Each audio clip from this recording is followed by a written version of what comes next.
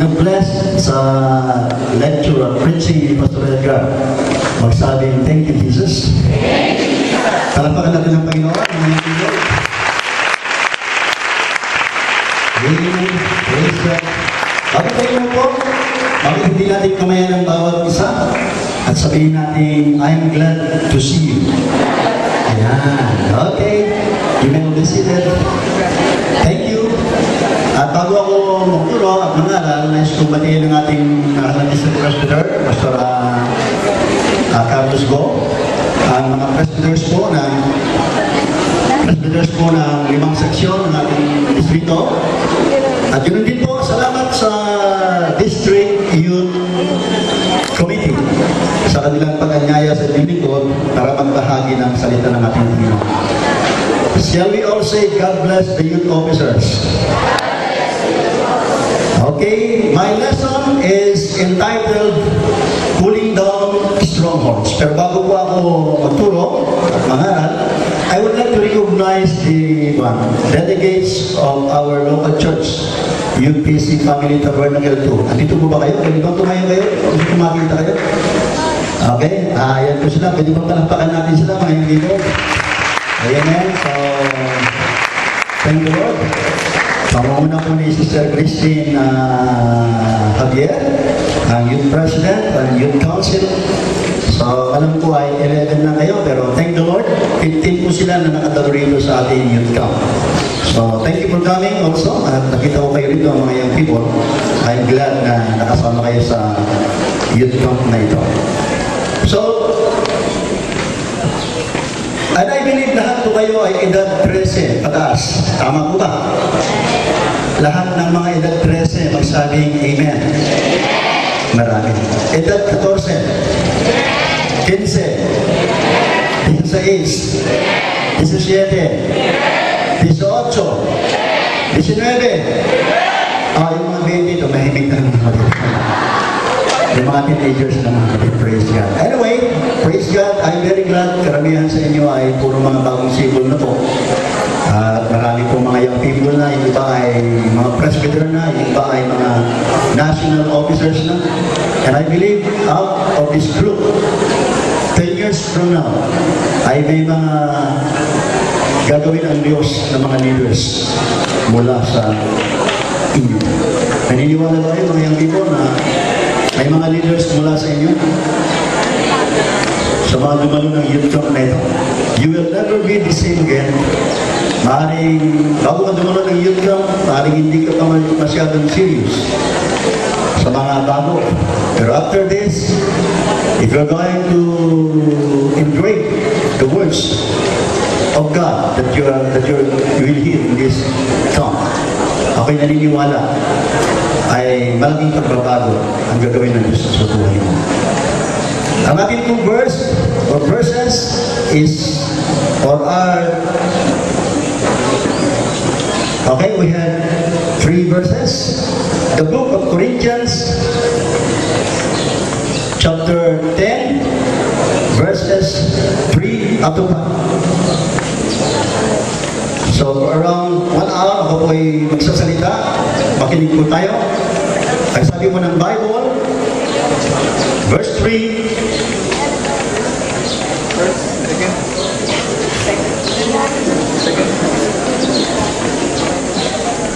Second Corinthians chapter 10 verses 3 up to 5. For though we walk in the flesh, we do not war according to the flesh. For the weapons of our warfare are not carnal, but mighty in God for pulling down strongholds. Shall we all say, pulling down strongholds? Lakasan natin, pulling down strongholds. Yeah. Casting down arguments and every high thing that exalts itself against the knowledge of God, bringing every thought into captivity to the obedience of Christ. So with the lesson, with the title of the lesson, saying pulling down strongholds, we have to request the power of God to help us bukas para po tayo magkaroon ng kapangyarihan na gibain ang mga kuta sa ating kaluluwa na nananahan sa ating kaisipan. So can we bow our heads and close our eyes and let's pray to God. Lord, we come to the throne of grace this morning. Hinihingi kami ng kapatawaran sa mga nagawa namin pagkukulang sa iyo, pagmamalalis, pagkakasala. Nais po namin puksain ang mga puta, Panginoon, na nagkarandong sa aming kaluluwa at sa sentro ng aming pagkatao na walang iba kundi sa aming kaisipan. Panginoon, ito po ang sentro ng aming katauhan o pagkatao. At Lord, kung ito po ay kaya naming i-master upang ikaw ay laging manahan dito sa aming isip, naniniwala po kami, hindi po makapangyayari ang kapangyarihan ni Satanas sa aming buhay. Turuan mo kaming gibain, Panginoon, ang kanyang mga gawain.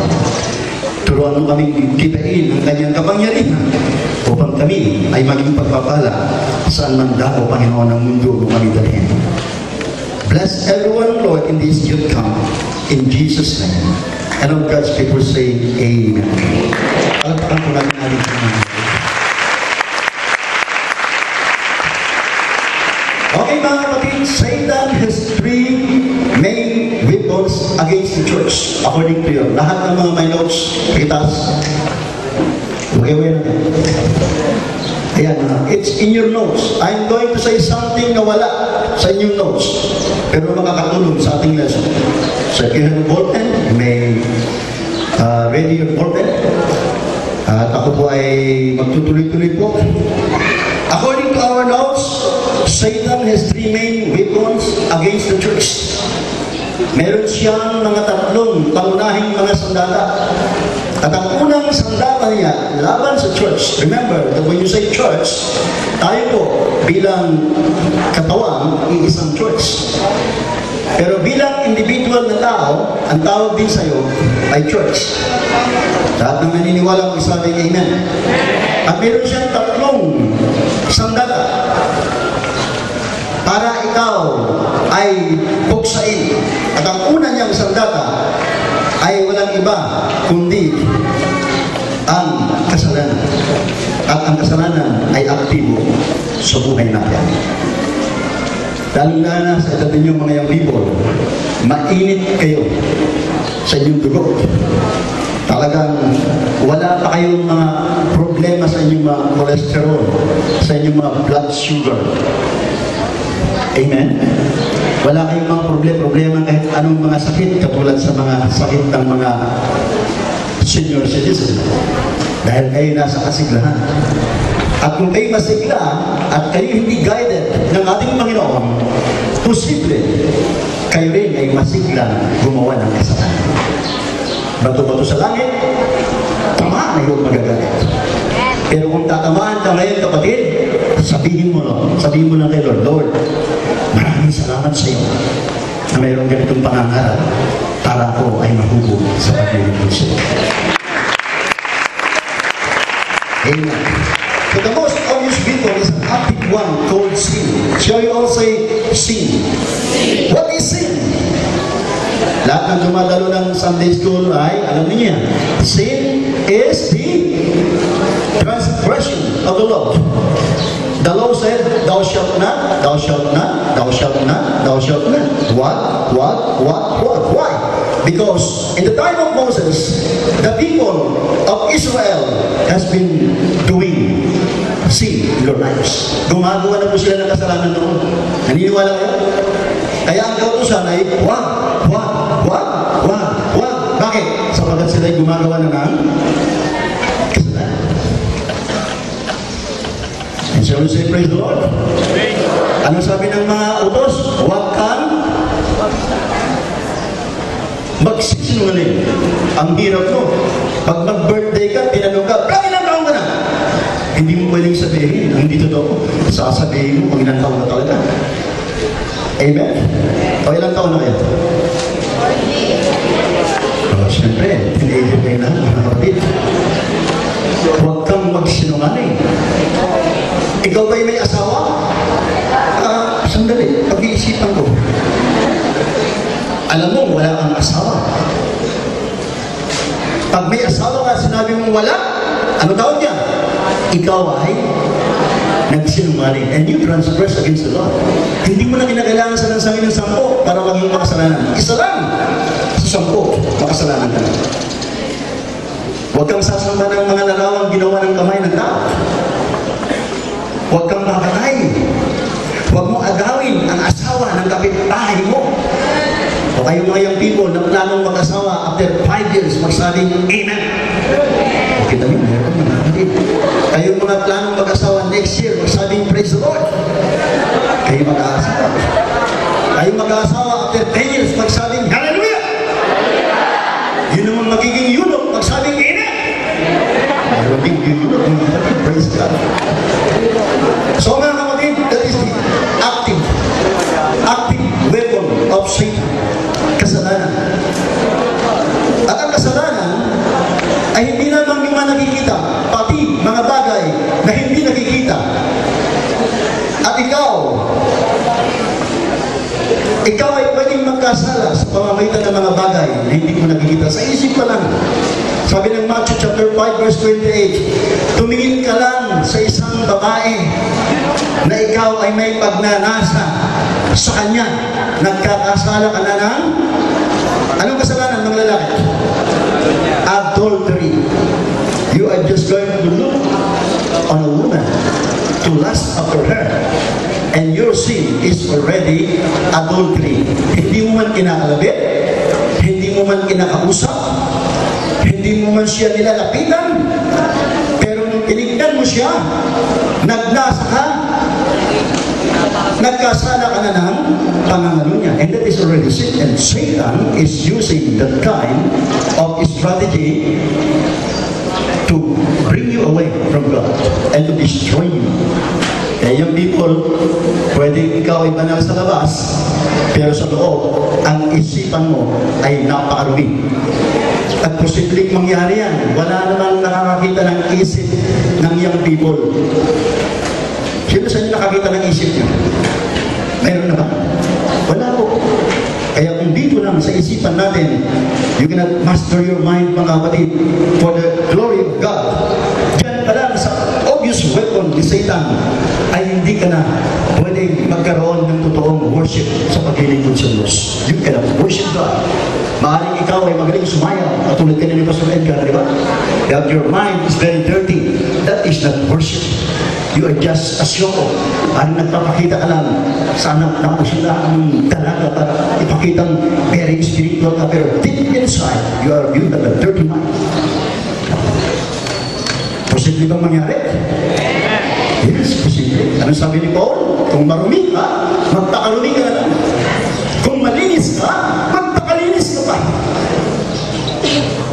Kaya kung ikaw ay maraming kulamot, edi lugas sa taingan. Kung pwede na, magkaroon ka ng lugas sa taingan, lubos-lubosin mo na. Hindi ka na rin ang naliligo, eh, kung ano yung pabawang tayo ng baboy. Parang hindi ka na lang. So yan ba talaga ibig sabihin ng Biblia? So ang ibig sabihin ng Biblia ay hindi pwede na ikaw ay malinis at ikaw ay marumi at pagkatapos lalapit ka sa Diyos na malinis. Na magkukunwaring malinis ka. Dapat magpakalinis ka muna. Kaya dyan pa lamang mga kapatid sa obvious weapon is called sin. Maaring marami ng young people hindi papasa. Lahat ng mga young people magsabing amen? Pero ako pinaniniwala kung gusto mong pumasa, ikaw ay papasa. Sapagat marami ng young people na ginagamit ang Diyos para magkaroon ng revival sa maraming mga lugar. Pagpakan natin ang ating kailangan. So that's the most obvious weapon. Okay, mga kapatid, active one called sin. Pangalawa, mga kapatid, the second weapon is a passive one called accusations. Isang sandata po ng kaaway para po tayo ay wasakin, ay akusasyon. Accusation. Ibig sabihin yung sasabihin niya sa iyo, kahit na ikaw ay born again na, Brad, hindi ka pa malinis. Marumi ka pa.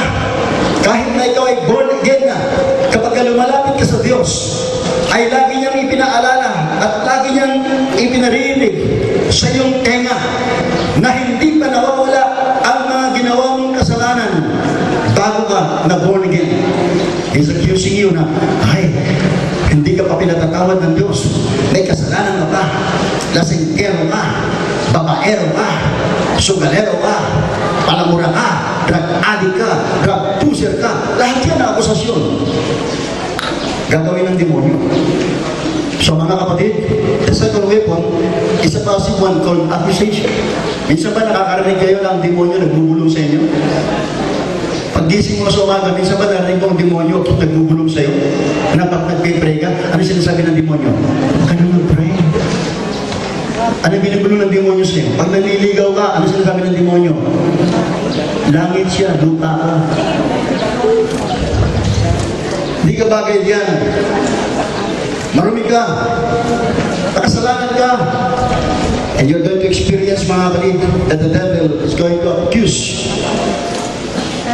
many things in your life kahit na kayo ay faithful na sa paglilingkod sa Diyos. Why? Kasi ang gawain ng demonyo talaga ay manggulo, malira, pumatay. John chapter 10 verse 10. The thief cometh not but to kill and to destroy. Nagpunta siya rito, brad, para sirain sa inyo. Kung magandang lalaki ka, papapangitin ka ng demonyo. Kung hindi kanya kayang papangitin, yung isip mo, titirahan ng demonyo. At kung hindi kanya kaya sa panlabas, dadaanin kanya sa panloob. Papasok yan sa isip mo. At hindi mo maiwasan na ang ibon dadaan sa ulo mo. So maraming mga bagay na masasama na pumapasok sa isipan mo. Araw-araw. Pag nakakita ka ng mga bagay-bagay, anong iniisip mo? Kapansin niyo mga kapatid, kapag nagbebentahan ng mga dyaryo, anong mga dyaryo mo bibili? Yung mga, may mga malalaswang artikulo o mga larawan. Bakit mabili yun? Yun ba'y attractive sa tao ngayon? Kasi ang tao ay talagang ang kanyang katawan ay negatibo. The third weapon is the most dangerous weapon because it lies dormant until activated. Ito daw po ang pinaka mapanganib na sandata ng demonyo, mga kapatid. Ano po ito? It is called strongholds. Shall we all say strongholds? Kaya po mga kapatid, sabi ng ating lesson, pulling down of strongholds. Okay, when you say strongholds, mga kapatid, according to our lesson, the church in general is aware of the first two weapons because of Bible teaching and their effects. Spiritual death or paralysis. Kapag nagkasala ka, patay ka sa harap ng ating Panginoon. Pagka nagkasala ka, hindi ka pwedeng gumawa ng mga bagay na mabuti sa Diyos. Paralisado ka. So mga kapatid, spiritual strongholds allow Satan to manipulate Christians, bringing great damage to themselves and others, and impinging their Christian witness, like the Novatians. The mind is the access gate Satan uses to get at our spirits. Anong ginagamit ni Satan para makapasok sa ating espiritu? The mind. Shall we all say mind? Mind. Nasaan ang mind namin? Nasa bandang itaas, nasa bandang ibaba. Nasa bandang itaas. Bakit nasa bandang itaas? Siya po yung pinaka-central command ng buong pagkatao natin. Kung baga sa sundalo, yan po ang command post. Yan po ang headquarters. At sa headquarters, nandun lahat ang mga sandata. Nandun lahat ang mga reserve forces. Nandun lahat ang mga iba-ibang mga opisina. So napakaraming function ng ating mind. According to the experts, mga kapatid, our minds, a single mind has about 50 billion cells up to 100 billion cells. Yung isang 3.5 kilos lang yata. Utak, kasi laki lang ng iyong kamao. Ganun rin yung kamao niyo mga kapatid. Para may larawan lang natin mga kapatid kung ano yung utak natin mga kapatid. It is composed of around 50 to over 100 billion cells. Ayan po mga kapatid. So nandiyan po yung pinaka-central command ng ating buong pagkatao. Kikilos ang kamay, depende sa sasabihin ng mind. Kikilos ang paa, depende sa sasabihin ng mind. Kaya kapag ang mind mo ay hindi na nagpapangsyon, natural, ang katawan mo ay hindi na rin makaka-receive ng command mula sa mind. So ikaw ay paralyzed. So mga kapatid, the mind has a division into several lobes. May ilang mga division ng minds just for you to visualize and to know na ang mind natin, bagamat maliit, mga kapatid, ay siguro mahigit 2 pounds yan ang bigat o mga 1.3 something kilos. Meron po siyang iba-ibang compartment. Ang unang compartment ng mind natin is the front lobe. The front lobes are responsible for problem solving. Yung front lobes ng mind natin, ito po ang trabaho niya ay lutasin ang ating mga problema. Ang trabaho niya ay pagbigay ng judgment. Ang trabaho niya ay motor function. Yan po yung front. Yun naman pong parietal lobes, ito po ang trabaho niya is sensation. Ito yung tinatawag na nagbibigay ng bumabasa kung anong uri yung stimulant na kanyang na-receive. Halimbawa, nakatapak ka ng baga, ano sinasabi mo? Okay. Meron ba nakatapak ng baga na, ay, baga, pero pati wala, di ba? Kung nakatapak ka ng baga, ano sinasabi mo? Mainit, di ba? Bakit? Sino nag-identify na mainit yun? Unang-una, ay yun, isip. Kapag ang isip mo ay paralyzed na, kaya kahit na mainit yun, hindi mo na ma-identify na mainit yun. Kaya nakasala na lang yung paa mo. Pero kung ang mind mo ay active, pagkabaga na tapakan mo, ay baga! Ah, di ba? Active yung mind mo. So yun, yung agad ang nag-identify kung ano yung natapakan mo, uling, mainit. So yan po yung tinatawag ng function ng mind. Sensation, handwriting, yung tungkol sa pagsusulat, trabaho po yan ng parietal lobes, body position, kung matulog ka, meron kung matulog diretso, military position, meron kung matulog ay letter C, may kung matulog ay letter I, meron kung matulog ay isigulaki, nakadapa. Ayan, trabaho daw yan ng parietal lobes. Can you imagine the function of the mind? Maliit lang siya, pero napakarami yung trabaho. The third is the temporal lobes. It involves memory. Merong bahagi ng utak natin na trabaho niya lamang is mag-memorize. Kaya mayroong mga isip na talagang grabe ko mag-memorize. Memorize ang Genesis to Revelation, Revelation to Genesis. O, di ba? Yeah, meron ganyang trabaho ang mind. At hearing, meron pong trabaho ang mind natin. Ang trabaho niya lamang ay makinig. May bahagi ng isipan natin na ang trabaho ay visual processing system. Kaya pag may nakita ang mata, ang mag-identify kung ano yun, ay walang iba kundi ang mind.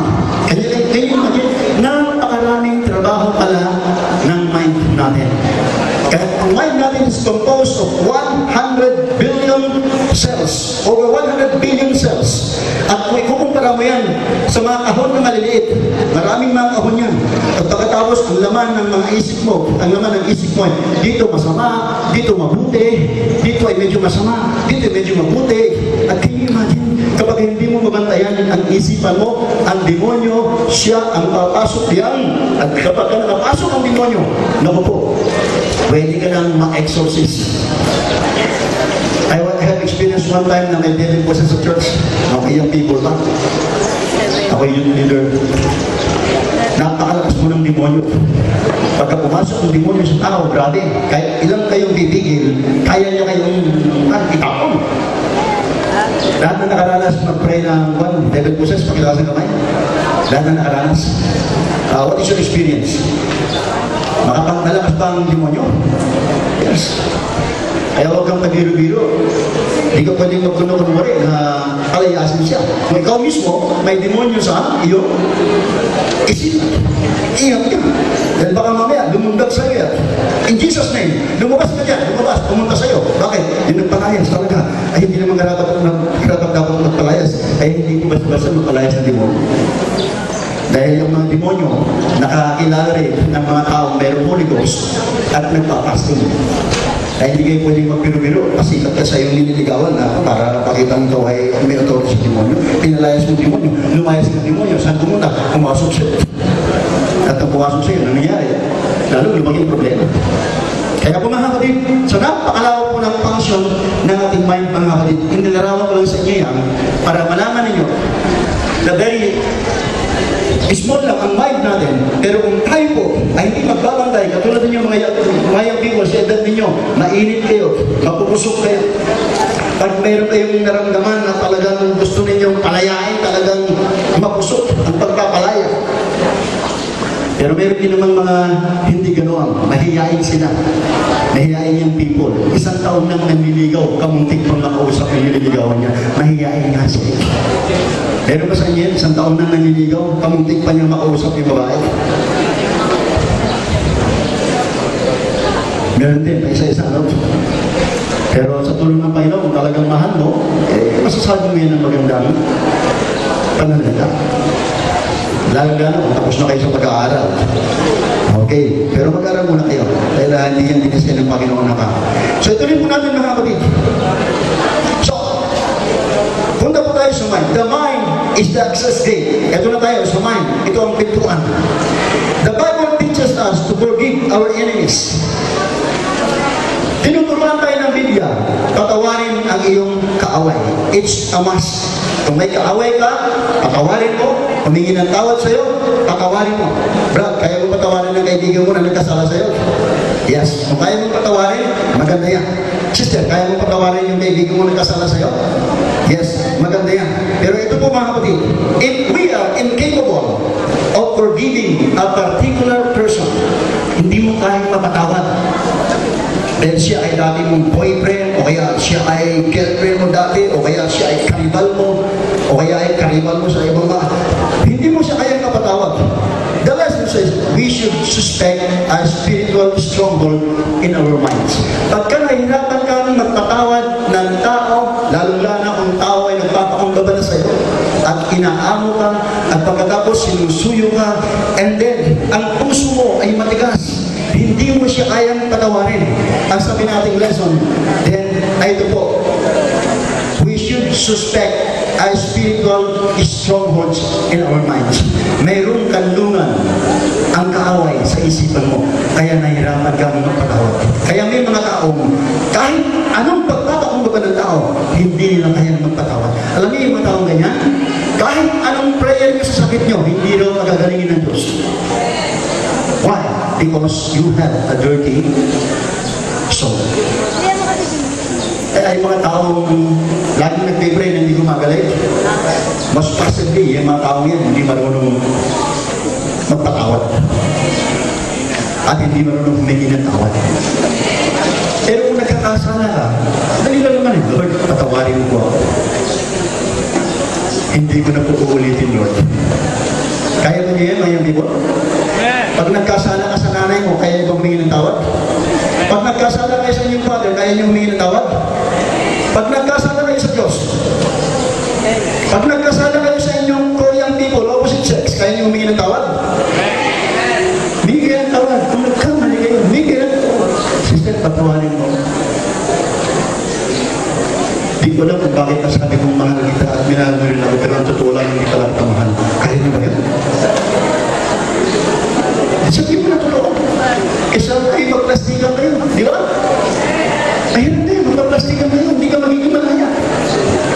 Eh, sasabihin ang isip mo, sige, lukuhin mo, may gusto sa'yo yan. Lukuhin mo, samantalayin mo. Hindi ka rin sa strong, hindi ka naman. Ang gusto gusto ng ating Panginoon ay siya manahan sa isipan mo. Huwag mong lokohin yan. Kasi isipin mo, may mga kapatid kang mga babae na pwedeng lokohin din nila pagdating ng panahon. Babayaran mo yan. Bakit? Ano mo, itinanim mo, iyong anihin. Kaya magtanim ka na ng mabuti. Magtanim ka na ng maganda. Magtanim ka na ng mga bagay na kalugod-lugod sa Diyos. And shall we all say, praise the Lord. Palapakan natin yung mga lalaki, mga dito. Amen. Galit ba kayo sa picture ng mga kapatid sa kanyang pangalan? Okay lang ba mga kapatid? Okay lang kasi pagkataas nito, yung inyong mga official, bibigyan ng love opening. I should also teach what is due to you mga kapatid. Amen? Amen. Gusto ko rin ituro sa inyo kung ano talaga yung mga bagay na dapat yung makuha para pagpapalain tayo ng ating Panginoon. The Bible tells us that he who finds a spouse finds a good thing. Pag nakakita ka raw ng asawa, nakakita ka ng mabuting bagay. Pero mga young people, teenager pa lang kayo ha, huwag mo na kayo maghanap ng asawa. Pero sa Biblia, pag nakakita ka ng asawa, mabuting bagay kayo. Huwag mo kayo maghanap ngayon. Maghanap na kayo pagkatapos na kayo mag-aaral ninyo. Lahat na matapos na ng pag-aaral mo sa Praise the Lord. Ayan, kayo na kayo maghanap. Tapos na ng pag-aaral. Maghanap lang muna, huwag nang pakasal. And then the Bible said, and they are to become one flesh. Pag kayo nag-asawa, iisang naman na kayo. If we are powerless to change our feelings toward our spouse and feel hopeless, then we should suspect a stronghold. Ang ibig sabihin nito, young people, forward tayo, fast track. Dating ang araw, mag-aasawa kayo. Ikaw ba, brad, mag-aasawa ka? Okay, 10 years from now, pagpalagay mo mag-aasawa ka. Habang kayo nagliligawan, I love you, I miss you, ang ganda-ganda mo. Talagang hindi ako mapakali pagka hindi kita nakikita. Makita ko lang yung buhok mo. Grabe! Talagang ang gaganda ng communication line niyo, di ba? So, hindi, ano kayo, kinasal na kayo ngayon. Nagkaroon ka na ng anak, panganay, pangalawa, pangatlo, pang-apat, pang-lima, may kinakain ka pa, buntis pa. Pagkatapos hindi na nakakaligo ang misis mo, hindi na nakaasika sa kanyang sarili, nag-iiba ng damdamin mo. At yung damdamin mo ay napupukaw na sa ibang babae na mabango. Hindi ka tulad ng asawa mong mabanghe. Marami ng asawa, marami ng anak, hindi na sa asawa. Nag-iiba na ang damdamin mo. At sa panahon yan, maghahanap ka na ng ibang kandungan. At sasabihin mo nang wala na akong pagmamahal sa aking asawa. Pagka ganyan ka raw, mayroong stronghold dito sa isipan. Ibig sabihin, may nagkakaroon dito. Dahil ang sabi ng Biblia,